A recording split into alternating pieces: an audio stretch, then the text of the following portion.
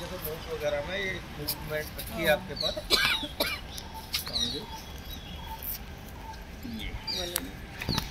ये लगाने के बाद इसको लगा देंगे, जरूरत है तो लगाइए पट्टी, नहीं तो मूछ पे है वो लगता नहीं तो आइस पैक होता है, इसमें आइस पैक है नहीं, आइस पैक के बाद जैसे यूज़ करते हैं। ये ग्लव्स है, ये हम अपनी सेफ्टी के लिए यूज़ करते हैं। अलग अलग साइज़ के आते हैं, 3 साइज़ के आते हैं, छोटे बड़े। ये मेरे ख्याल से ये 6.5 नंबर के, 7.5 तक के आते हैं। अपने साइज के हिसाब से जो भी आपका साइज है आप यूज़ कर सकते हैं। नहीं है तो भी इमरजेंसी में तो कोई ना कोई करना ही करना है। ये आपकी पट्टी है, 4 से 6 इंच की पट्टी है, 2.5 के प्रयोग में लाते हैं।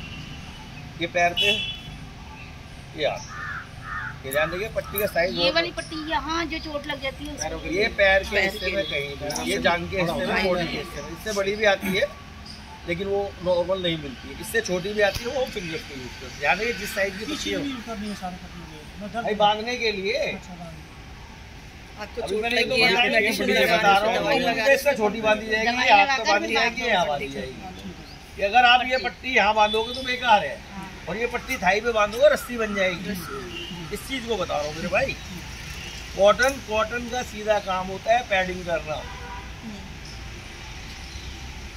इसको जब भी लगाएंगे, कोई दवाई लगाएंगे गोश्त के, उसके ऊपर रख देंगे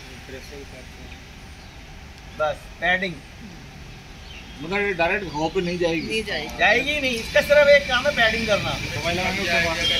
दवाई लगाई गोश्त पे, उसके ऊपर पैडिंग रखी, या आपने स्प्रिंट लगाई, स्प्रिंट के ऊपर पट्टी रखी, पैडिंग लगा दी। कॉटन सिर्फ पैडिंग में काम आते, घाव साफ करने में, जले में कहीं नहीं लगानी। ये आपकी कैंची है, आपने कभी कैंची प्रयोग में लगाई है? इसमें एक विशेषता है, आप लोग देख के बताओ क्या है।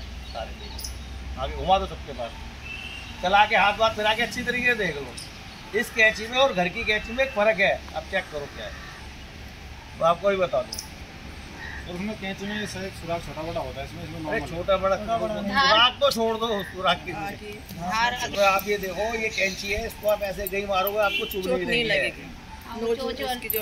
इसकी आगे की साइड क्या है, राउंड कर दी गई है। बाकी कैंची आपके ऐसे लगेगी तुरंत चुभ जाएगी। क्यों है, आपने कहीं काट रहे हो तो सामने वाले पेशेंट को ना लगेगी, इसके लिए आपने देखा, सबने देखा लेकिन नोट नहीं किया, समझ गए। अब इसमें आप नोक वाली कैंची होगी तो आगे से आप ध्यान रखो, कैंची इसमें नहीं रखनी, उसमें राउंड कराएंगे, नहीं तो दूसरी कैंची मंगा लेंगे। इसमें सोफ्रामाइसिन रखी है, छोटे मोटे चोट पे काम लाते हैं हम लोग। ये बर्न हील रखी है, जल्दी लाते हैं, लेकिन क्या है ये छोटे बर्न पे, अगर बड़े के लिए इसमें ट्यूब आती है, सिल्वर सल्फर, सिल्वर है, बड़े साइज की ट्यूब अगर है, उसका फायदा ये बाकी चोटों पे काम आ जाएगी। ये बाकी चोटों पे काम नहीं आएगी, सोफ्रामाइसिन जले पे काम नहीं आएगी, उसको सिल्वर सल्फाई आएगी या यही आएगी। मूव का मैंने आपको बताया। हाँ, ये वॉलनी वगैरह ये स्प्रे है, जैसे इसका हम प्रयोग करते हैं, स्प्रे का करते हैं। इसमें आपको सैवलॉन का स्प्रे भी मिल जाएगा, बर्न का भी मिल जाएगा, और क्या बोलते हैं इसका मेटाडिन और लाल दवाई जो आती थी एक्स्ट्रा वाली, इन सब के स्प्रे भी मिल जाएंगे। कि आपको अगर कहीं कोई डिप नहीं कर रहा है तो आप स्प्रे मार के वॉच रख के आप बैंडेज करते हैं, अलग तरीके के सेट आते हैं पूरे। जो सैवलॉन का स्प्रे होगा वो तो एंटीसेप्टिक होगा। स्प्रे मारा है, ये पेपर टेप है, इससे चौड़ी भी आती है, पतली भी आती है, जो के साइज की आपको जरूरत है वहाँ आप यूज करेंगे। अभी आप बड़े पे लगाओ तो बेकार है। ऐसे ही एक टेप आती है, जैसे क्रेप बैंडेज, इसकी क्रेप बैंडेज की ही टेप आती है, वो ज्वाइंट पे, एल्बो पे हम लोग उनका प्रयोग कर सकते हैं। एक कप होता है आई वॉश के लिए, बेसिकली क्या है, ये थोड़ा पुराने टाइप का है, तो इसमें हम क्या करते हैं, पानी रख के इस तरीके से आपको धोते हैं। आजकल तो आई वॉश की मशीनें लगी हुई ज़्यादातर प्राइवेट में, अगर आप गए हो तो आपने देखी भी होगी। जैसे वॉश मशीन होता है, इस तरीके के टैप होते हैं, उसी तरीके की जो मशीन होती है, आप ऐसे सर रखेंगे, दोनों तरफ से आपकी आई वॉश हो जाएगी। नहीं तो आधा लीटर के आसपास की बोतल आती है, वाइट कलर की भी हो सकती है, क्लियर भी हो सकती है। इससे उस पर इस तरीके का एक पाइप लगा होता है, कैंड किया वो, उसको आप लगा के उस पर भी आई वॉश कर सकते हैं। ये बैंडेजेस में छोटे साइज़ की हैं, इसमें बड़े साइज़ की बैंडेज, इस साइज़ तक की भी बैंडेज आती है, तो आप अलग अलग साइज़ की बैंडेज भी यूज़ कर सकते हैं। बड़े साइज की बैंडेज होगा, बड़ा जख्म होगा तो छोटे को चोरी होगा। मेरे भाई बड़े साइज़ की बैंडेज का ये फ़ायदा है, अब मेरे यहाँ लग गई, अभी आप बोलते ज़्यादा ही तो बता रहा हूँ, कम की तो बात ही नहीं करते हम लोग, मैंने कम की तो ही बात करी। अब आप पे ये पट्टी है, पट्टी से हम रोक नहीं सकते, मेरा बैंडेड आप लगा दोगे तो चिपक तो जाएगा। बैंडेड में फायदा क्या है कि उसमें चिपकाने वाला पदार्थ है, जहाँ पे आप पट्टी नहीं रोक सकते वहाँ उसे चिपका सकते हैं, सिर्फ इतना ही है। आजकल जो ड्रेसिंग सारी है, ये थर्मामीटर है, इसका तो आपको पता ही होगा। इसको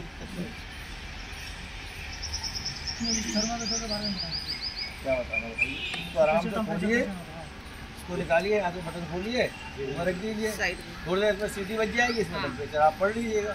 कितना होना चाहिए टेम्परेचर बताइए। नॉर्मल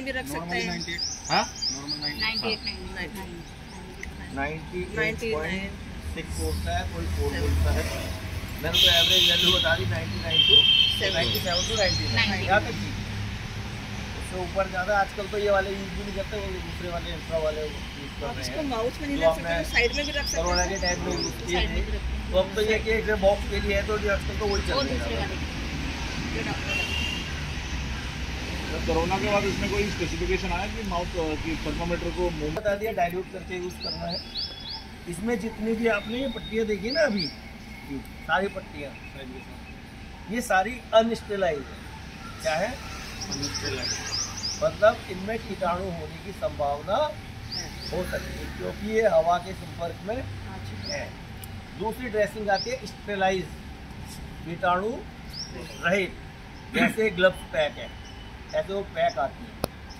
उनको तभी खोलना है जब आपको ज़रूरत है। खोलो, इस्तेमाल करो, उसको खोल वो देखना नहीं है इसमें क्या है। जब इस्तेमाल करें तब तक उनको पैक रखिए। जैसे बैंडेड का पैक होता है, बैंडेड पैक से खोल के लगाते हो ना, वैसे ही वो स्टेरलाइज होती है, ताकि मतलब कि अभी उस पर हवा और बाहर के कीटाणु नहीं लगे हैं, तभी आप उसको हवा पे लगा सकते हैं।